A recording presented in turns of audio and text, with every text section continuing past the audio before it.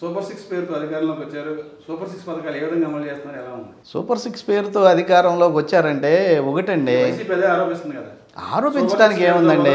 నీకు 15,000, నీకు 15,000, నీకు 15,000 అని చెప్పి ఏనండి అన్నీ అమలు చేస్తారండి. అమలు చేయని ఏడల నిజాయితీపరుడైనటువంటి నిస్వార్థపరుడైనటువంటి సొంత ఆస్తులు కూడా మొత్తం రాష్ట్ర ప్రజల కోసం, కౌలు రైతుల కోసం దారపోసినటువంటి మా పవన్ కళ్యాణ్ గారు ఒప్పుకోరు 100%.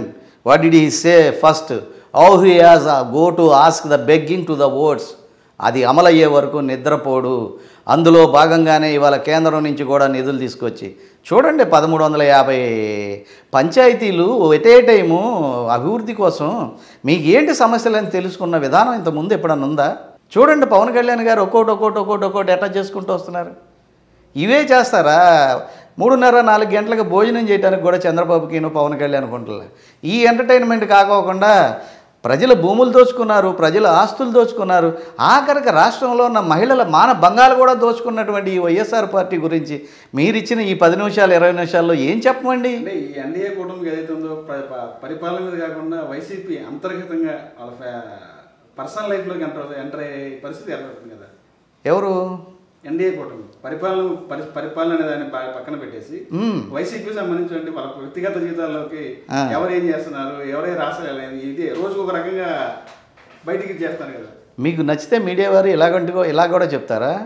When you have came to the public your every life spots is see the public also always. చూస్తారు, మీరు పబ్లిక్ పొలిటికల్ లీడర్, ప్రజల చేత ఎన్నుకోబడ్డాడు. నీకు పర్సనల్ లైఫ్ అనేది ఉండదు, ఫ్యామిలీ లైఫ్ అనేది ఉండదు. ఎంటైర్ నీ ఫ్యామిలీని కూడా నువ్వు తెచ్చుకుంటున్నావు. నా తదంతరం నా అనారోగ్యంగా ఉంది, నా కొడుకుకి ఇస్తే కొడుకుని గెలిపించారు, భార్యకి ఇస్తే భార్యని గెలిపించారు. ఉంచుకున్న దానికి ఇస్తే గెలిపించడానికి ప్రజలేం పిచ్చివాళ్ళు కాదు. మీరేమన్నారయ్యా నిన్న? పవన్ కళ్యాణ్ పర్సనల్ జీవితం 3 పెళ్ళిళ్ళని ఎందుకన్నారు? ఒక ముఖ్యమంత్రి అయ్యుండి నువ్వెందుకు మాట్లాడావు? 4గో పెళ్ళానగా నిన్ను రమ్మన్నాడు, వెళ్ళావా పోనీ? నువ్వు మాటకు కట్టుబడ్డావా? 4గో పెళ్ళంగా స్వీకరిస్తానన్నాడు గౌరవనీయులైన మా పవన్ కళ్యాణ్ గారు. ఎందుకెళ్ళా? చూడండి ఎన్ని కార్టూన్లు వచ్చినాయో లంగా జాకెట్లు వేసి. ఇదే జగన్మోహన్ రెడ్డి గారి సిగ్గుండాలయ్యా. 151 మంది నీకు ఎమ్మెల్యేలు, 23-24 మంది ఎంపీలు ఇస్తే ఇదే ప్రజలు, ఈ ప్రజల నుంచి నువ్వు ఎలా చీదరించబడ్డావో చూడు. ఒక కొడాలి నాని మాట్లాడే బూతులు మీకు కనపడతల్లా? ఇంట్లో టీవీ పెట్టుకోగలుగుతున్నారా సాధారణ పబ్లిక్? టీడీపీలో కూడా నాయకులు ఉన్నారు కదా, బుద్ధాయంకర్ లాంటి నాయకులు ఉన్నారు. పచ్చిగా పదజాలాలు కూడా ఇదే బుద్ధాయంకన్నా, ఇదే బోండవమాలని, ఇదే వేరే వాళ్ళని, అదే గురజాలు వెళ్తే, అదే మాచర్లు వెళ్తే ఎలాంటి కత్తులు, ఎలాంటి కొడవలతో నరకటాకు వచ్చారు, బండలతో పొడిశారు, కార్లు పగలగొట్టారు, ఎన్ని హత్య రాజకీయాలు చేశారు. ఇవన్నీ ప్రజలు కోరుకునేది ఇది కాదండి. ఇప్పుడు ఇది మీరు ఇస్తున్నారు ఎంటర్టైన్మెంట్. మీరు ఎప్పుడైతే ప్రజల్లో విలువలు పోగొట్టుకుని ఒకటి ఆలోచించండి. కెమెరామన్ గంగతో రాంబాబు సినిమాలో నేను వెళుతున్నా, మీరు వస్తున్నారా రావట్లేదా అని పవన్ కళ్యాణ్ ఇచ్చిన పిలుపుకి పవన్ కళ్యాణ్ గాల సీనియర్ అడ్మినిస్ట్రేటర్ ఆ పక్కన హైదరాబాద్ని హైటెక్ సిటీని డెవలప్ చేసి ఔటర్ రింగులు కానించి ఇవాళ గజం లక్షల్లోకి వెళ్ళటానికి కారకుడైనటువంటి చంద్రబాబు ఉన్నాడు. పవన్ కళ్యాణ్ నిజాయితీ ఉంది, మనకు మేలు జరుగుద్ది అక్క, మనకు మేలు జరుగుద్ది పోయినా మహిళల కానించి జెంట్స్ కానించి మనకు ఉద్యోగాలు వస్తాయండి. ఫర్ ఎగ్జాంపుల్ ఇప్పుడు నా పిల్లలే ఉన్నారు, ఇంజనీర్లు అయ్యారు, నాకు అందుబాటులో లేరు. నా పిల్లలు ఇక్కడ వెళ్ళి పూనాలోనూ హైదరాబాదులో బతుకుతున్నారు. మాకు ఏదైనా అయితే హాస్పిటల్కి తీసుకెళ్ళే దిక్కు లేదు. అన్ని వనరులు ఉన్న ఈ ఆంధ్రప్రదేశ్లో ఎందుకు డెవలప్ అవ్వదండి? 1150 కిలోమీటర్ల కోస్టల్ కారిడార్ ఉంది, అనేకమైన సదుపాయాలు ఉన్నాయి. ఇక్కడోళ్ళు వెళ్ళి అమెరికా, మరి న్యూజెర్సీ, మరి లండన్ గిన్నను ప్రతి దేశంలో కూడా ఇంజనీర్లు సింగపూర్ కానించి మనోళ్ళే, ఇంజనీర్లు మనోళ్ళే, శాస్త్రవేత్తలు మనోళ్ళే, అకౌంట్స్ రాసేది ప్రతి ఒక్కటి కూడా. ఇక్కడ ఎందుకని మీరు కావాల్సిన ఉద్యోగ భద్రత కల్పించరు? ఎందుకు సాఫ్ట్వేర్ కంపెనీలు తీసుకురాలేకపోయారు? ఎన్డీఏ కూటమి ఆధ్వర్యంలో పరిశ్రమలు వస్తాయంటారు? 100% వస్తాయి. ఫర్ ఎగ్జాంపుల్ బీహార్ నుంచి వచ్చిన దొంగ దగ్గరికి వెళ్ళి పెట్టుబడి పెట్టమంటే ఎవరన్నా పెట్టుబడి పెడతారా? నువ్వు ఉన్నావు రాజకమల్ గారు, మీరు కష్టపడి కోట్లు సంపాదించుకున్నారు, హైదరాబాద్ వెళ్ళి ఫ్యాక్టరీ పెట్టుకున్నావు. నువ్వు వచ్చి ఆంధ్రాలో పెట్టమంటే పెట్టినటువంటి అమరాన్ ఫ్యాక్టరీ ఏ విధంగా వెళ్ళిపోయింది? కియా ఫ్యాక్టరీలో ఈడెళ్ళి బట్టలోడ తీసి చూపించిన ఇందుపూర్ ఎంపీ ఏమడిగాడు చెప్పండి, మీరు చెప్పండి. ఆధారాలు దొరకలేదా? దొరకందనే ఇంత పాపులారిటీ అయిపోద్దా? మరి ఎందుకని you have not filed the case on the public which the person has telling this type of case? ఈ వర్డ్స్ అన్నోడిని నువ్వు ఎందుకని అరెస్ట్ చేయించాలా? ఒక ఎంపీవి కదా. ఎట్లా అరెస్ట్ చేస్తావు? ఎన్డీఏ అధికారం వచ్చింది, దేని మీద విచారణ చేపడతారు? అరే ఇదేవి చేపడతారా? ఖాళీ బొచ్చులు ఇచ్చేలేడు జగన్మోహన్ రెడ్డి 13 లక్షల కోట్లు అప్పిచ్చి. ఆ ఖాళీ బొచ్చులతో ఇంట్లోకి వచ్చాడు, ఎక్కడెక్కడ పడి ఉన్నాయి. ఇప్పుడు మనం ఎలా సర్దుకున్నామో అలా సర్దుకుంటున్నారు. ఇవాళ పవన్ కళ్యాణ్ గారు, చంద్రబాబు గారు కావలసిన నిధులు కూడా తీసుకొచ్చారు. అదే అదే అదే సృష్టించబట్టే 3 నెలలు. Correct, very good question. సంపద సృష్టించగలడు కాబట్టే పవన్ కళ్యాణ్ నిజాయితీ, ఆయన అడ్మినిస్ట్రేషన్తో నిన్న 15,000 కోట్లు, ఇంకోటి 3,600 కోట్లు గ్రామీణ రోడ్ల కోసం తీసుకురావటం కానీ, 6,000 కోట్లు ఇంకోటి కానీ, పోలవరానికి మళ్ళీ రీట్రెండింగ్ కాకుండా, రీట్రెండింగ్ అనేది గతంలో చంద్రబాబు ట్రెండింగ్ ఇచ్చేసాడు, అయిపోయింది, నాకేం రాదు. రీట్రెండింగ్ అన్నాను అనుకో, ఆ కాంట్రాక్టులు వచ్చి ఎంతో కొంత సంభావన నాకు ఇస్తారని అది పెడతాం తప్పనిసి రాష్ట్ర ప్రజలకు మేలు జరిగిందనేది ఈ ఇరిగేషన్లో లేదు. మొదటి నుంచి కూడా పవన్ కళ్యాణ్ గారిని సీఎం చేయాలని ఒక కోరిక, బలమైన కోరిక ఉండేది. ఎన్డీఏ కూటమి ఈ రోజున ప్రమాణ మెజార్టీ వచ్చింది. ఎందుకు ఈ రోజున పవన్ కళ్యాణ్ గారు డిప్యూటీ సీఎం గా ఉన్నారు, అందరూ హ్యాపీగా ఉన్నారు. సీఎం అని చెప్పి అందరూ కోరుకున్నారు. పవన్ కళ్యాణ్ గారిని ముఖ్యమంత్రిగా చూడాలనేది బలమైన కోరిక. ఈ రోజు డిప్యూటీ సీఎం స్థాయిలో ఉన్నారు. మేము హైదరాబాద్ వెళ్ళాలని బస్సు ఎక్కామండి. కోదాడ వరకే చాలా దగ్గర డబ్బులు ఉన్నాయి. ఏం చేస్తాం, కోదాడ వరకే బాబు, అక్కడ దిగే అన్నాడు. అక్కడ దిగేద్దాం అనే ఉద్దేశంతోనే ఎక్కాం బస్సు. ఎక్కిన వాళ్ళని బస్సు ఎక్కారు, మన బస్సు ఎక్కారని చెప్పి, మనం అసలు ఇంతమంది ఇంత స్ట్రెంగ్త్గా మన గెలిపించారని చెప్పి ఈ ఓనర్లు అందరూ, ఈ హనుమంతుని సైన్యం అంతా కూడా ఆ రోజు రాముల వారికి ఆ లంకలో ఉన్నటువంటి సీత దగ్గరికి వెళ్ళి, నీ సీత బతికే ఉందని అంగుళికం తీసుకొచ్చి ఆంజనేయుడు ఏ విధంగా ఇచ్చాడో సీఎం పదవిని తీసుకొచ్చి వాళ్ళ చంద్రబాబుకి ఇచ్చిన చరిత్ర పవన్ కళ్యాణ్ జన సైనికులదని చెప్పడంలో ఎలాంటి ఇది లేదు. మన స్తోమత, మన ఆర్థిక పరిస్థితి, అక్కడ 8 మందిని నిలబెట్టి దెబ్బతిన్నాం, ఇది కాదు పద్ధతి, కొన్ని మార్చాలి అని చెప్పి 5 అంచెల వ్యూహం తీసుకుని దివి తాలూకాలో 1977లో వచ్చిన ఉప్పెన లాంటి వారాహి యాత్రని పురస్కరించుకుని ఈ వారాహి యాత్రతో బయలుదేరాడు తూర్పు నుంచే.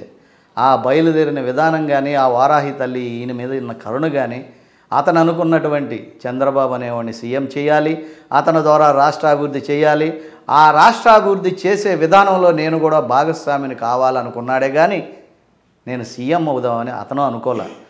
ఇట్లాగే చేసుకుంటూ పోతుంటే జగన్ గారు ఇవాళ ఫెయిల్ అయ్యారు, చంద్రబాబు గారు చేసుకుంటూ వస్తున్నారు. చేసే అవకాశాన్ని పవన్ కళ్యాణ్ గారికి కల్పించారు. అంతకుముందు ఉప ముఖ్యమంత్రులుగా 5 ఉన్నారు. ఒక కాపు, ఒక ఎస్సీ, ఒక బీసీ, ఇంకోళ్ళు. ఏ ఒక్కళ్ళకన్నా ఈ ప్రిఫరెన్స్ ఉందా ఈ రాష్ట్రంలో? ఒక ఉప ముఖ్యమంత్రికి ఇంత గౌరవ మర్యాదలు ఉన్న చరిత్ర ఎప్పుడన్నా ఉందా? విశ్వాసం చంద్రబాబు గారు జైలుకి వెళ్ళిన తర్వాత చంద్రబాబు గారి ప్రవర్తనలో చాలా మార్పు వచ్చిందండి. ఏంటంటావేమో, తనామనా తెలుసుకున్నాడు, రూపాయి విలువ తెలుసుకున్నాడు, టైం విలువ తెలుసుకున్నాడు, ఫుడ్ విలువ తెలుసుకున్నాడు. నేను లేనప్పుడు నా పార్టీ మెయింటైన్ చేసింది ఎవరు నా కోసం వచ్చిందో తెలుసుకున్నాడు. వాళ్ళని వదులుకోకుండా వాళ్ళందరినీ నేను కాపాడుకోవాలి అని చెప్పి తెలుసుకున్నాడు. అర్ధరేత్రి ప్రాణాలకి తెగించి ఇంతమంది పారిశ్రామికవేత్తలు నా కమ్మోరు ఉన్నారు, నా పార్టీలో ఉన్నారు, నా పార్టీకి వదిలేసి పారిపోయారు. ఎక్కడ ఆస్తులు జప్తు చేపిస్తాడో, ఈడీని పంపిస్తాడో, కేసులు పెడతాడోనని భయముతో పారిపోయారు. పారిపోకుండా ఉంది అమరావతి రైతులు ఒకటి. పారిపోకోకుండా అన్నిటికీ తెగించి వచ్చి నీ కోసం నడి రోడ్డు మీద పడుకుంది పవన్ కళ్యాణ్ గారు. అలాంటి పవన్ కళ్యాణ్కి మనం మేలు చేయకపోతే పబ్లిక్ అనాలిసిస్ చెప్తున్నానండి నేను, ఇవాళ మనకు బతుకుండదు. మనం ఎన్ని పథకాలు పెట్టినా, ఎన్ని చేసినా, రేపొద్దున మరలా పవన్ కళ్యాణ్ లేకోకుండా నేను ఒంటరిగా వెళ్తే రేపొద్దున ఇదే ప్రజలు నన్ను చేదరిస్తారు. సిపిఎంని మింగేశాడు, సిపిఐని మింగేశాడు, బీజేపీని మింగేశాడు, ఆల్రెడీ వేరే పార్టీలను కూడా మింగేశాడు. ఇవాళ పవన్ కళ్యాణ్ కూడా 2014లో ఒకసారి మింగాడు, కానీ గొంతు దాకా వచ్చి మళ్ళీ బయటకు వచ్చాడు, పుంజుకున్నాడు. ఎవరో మింగలేని విధిగా బలమైన ఒక శక్తిగా, నిజాయితీ పరుడుగా నిలబడ్డాడు.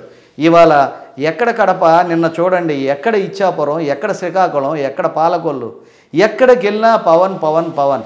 ప్రతి ఇంట్లోకి వెళ్ళిపోయాడు పవన్ కళ్యాణ్. అలాంటి పవన్ కళ్యాణ్ని మీరు ఏం ఆపగలరు? చూడండి జనవాణి కార్యక్రమాల ద్వారా ప్రజల్లోకి ఎలా వెళ్ళిపోయాడు. ఆయనకి ఏమన్నా ఆశ ఉందా? ఆయనకి ఏమన్నా ఒక పుచ్చలపల్లి సుందరయ్యలాగా ఆయన చెప్తాడే పద్దాగా, ఒక చెగువీరాలాగా నిస్వార్థంగా కోరిక ఉన్నా కానండి, కోరిక తీరటానికి కుదరాలి. అది భవిష్యత్తులో అవుద్దేమోనండి. భవిష్యత్తులో అవుద్దాం, అతను కోరుకుంటే నేనే ఇస్తా, 1 సంవత్సరం 2 సంవత్సరాలు అయినా. స్వయంగా చంద్రబాబు గారు చెప్పారు, ఆయనలో మార్పు కనపడుతుంది.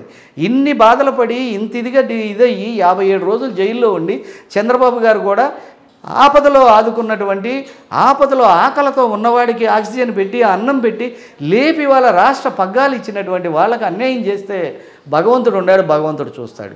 అయితే ఇవాళ పవన్ కళ్యాణ్ సెక్యూరిటీగా కూడా చాలా ప్రాబ్లం ఉందండి. పవన్ అనేవాడు ఉంటే నేను సీఎం కాలేనని జగన్ టార్గెట్ పెట్టేసుకున్నాడు. పవన్ అనేవాడు 2029లో మరలా ఇప్పుడు ఎలా చేశాడు అలా నాకు సపోర్ట్ చేయకపోతే నాకు భవిష్యత్తు ఉండదు, నా బిడ్డ మళ్ళీ సీఎం కాలేడని చంద్రబాబు పెట్టేసుకున్నారు. ఈ జనసేన సైనికులకు ఒకటే చెప్తున్నానండి, ముందు పవన్ అనేటటువంటి నిజాయితీ పరుణ్ణి కాపాడుకుంటే రాష్ట్రం బాగుంటుంది. ఎందుకంటే అతనికి స్వార్థం లేదు. పుచ్చలపల్లి సుందరరాయ గారి లాగా ఆస్తులన్నీ ప్రజలకు దారబోసినాడు. ఒక మేఘాలయ ముఖ్యమంత్రి సర్కార్ లాగా 12,000 జీతం తీసుకుని ఆయన పనిచేస్తున్నాడు, చేశాడు. 4 పర్యాయాలు ముఖ్యమంత్రిగా ఉండి కూడా రూపాయి ఆశించాల. ఇవాళ అలాగే పవన్ కళ్యాణ్ ఏమైపోతాడు, ఆ సినిమాలు కూడా వద్దంటున్నాడు. ఎలా మెయింటెన్స్ అవుతాడు, ఫ్యామిలీలు ఎలా మెయింటెన్స్ అవుతాడు? పూర్తి స్థాయిలో ఈయన రాజకీయాలు ఉండడం మంచిది అంటారా, లేదంటే సినిమా కూడా చేస్తే బెటర్ అంటారా? పూర్తి స్థాయి ఉంటే ఫుడ్ ఎవరు పెడతారండి? గడ్డి మామ దగ్గర కుక్కల్లాగా తయారైతే వాళ్ళ బంగారపు స్పూన్తో రాజకీయ నాయకులకి నిన్నటిదాకా ఉద్యోగస్తులు అందరూ కలిసి తినిపించారు లంచాలు అనేటటువంటి మటన్ దమ్ బిర్యానీ, మిగిలింది వాళ్ళు ఇళ్ళకి తీసుకెళ్లారు. ఇవాళ ఇదే పవన్ కళ్యాణ్ వచ్చేసరికి వీళ్ళు తినడానికి లేదు, డిఫెండెడ్ ఆన్ శాలరీ, రాజకీయ నాయకులు తినడానికి లేదు. తింటే ఈయన చూస్తున్నాడు, ఎవరన్నా తింటే మాకు చెప్పండి, మేము యాక్షన్ తీసుకుంటాం. ఇన్ కేసు నేను తప్పు చేసినా కానీ నా మీదైనా మీరు యాక్షన్ తీసుకోండి అని చెప్పి డైరెక్ట్ చెప్పేశాడు. ఇంకెక్కడండి, అట్లా ఎట్టా కుదురుద్ది పవన్ కళ్యాణ్ గారు రాజకీయాల్లో? మన ప్రాణాలకు కూడా ముప్పు ఉందండి. దయచేసి మీ సెక్యూరిటీ పెంచుకోండి, మీ కేటర్ను కూడా మీ ఎమ్మటే పెట్టుకోండి, మీ పర్సనల్ సెక్యూరిటీని ఇంకా పెంచుకోవాల్సిన అవసరం ఉంది. మీరు చాలా అడ్డంగా తయారు ఇవాళ ప్రజలకి, ఇవాళ ఈ ప్రజానాయకులకి. అందరూ కరప్షన్కి అలవాటు పడిపోయారండి, ఎడిట్ అయిపోయారు. 80% మందు గంజాయికి అలా రాష్ట్ర ప్రజలు, అలా అధికారులు కూడా కరప్షన్కి అలవాటు పడిపోయారు. కాబట్టే కదా ఐఏఎస్ ఐపీఎస్లు చదివినటువంటి ఉన్నత ఐపీఎస్లను కూడా ఐఏఎస్లను కూడా ఇవాళ 16-17 మందిని పక్కన పెట్టారంటే why you have support to the goondas? ఎందుకు సపోర్ట్ చేశారు? ఎంత కష్టపడితే మీరు ఐఏఎస్లు అవుతారు? ఐపీఎస్లు, నా కొడుకు ఐఏఎస్ అంటే ఒక తండ్రికి ఎంత ఆనందం చూడండి. ఆ రోజు వాళ్ళ నాన్నగారిని నమ్మి సుబ్రహ్మణ్యం గారు కానీ, ఇంకోళ్ళు కానీ, శ్రీలక్ష్మి కానీ ఏ విధంగా జైలు పాలైపోయారు. అదే పరిస్థితి ఇవాళ మీకు అవసరమా?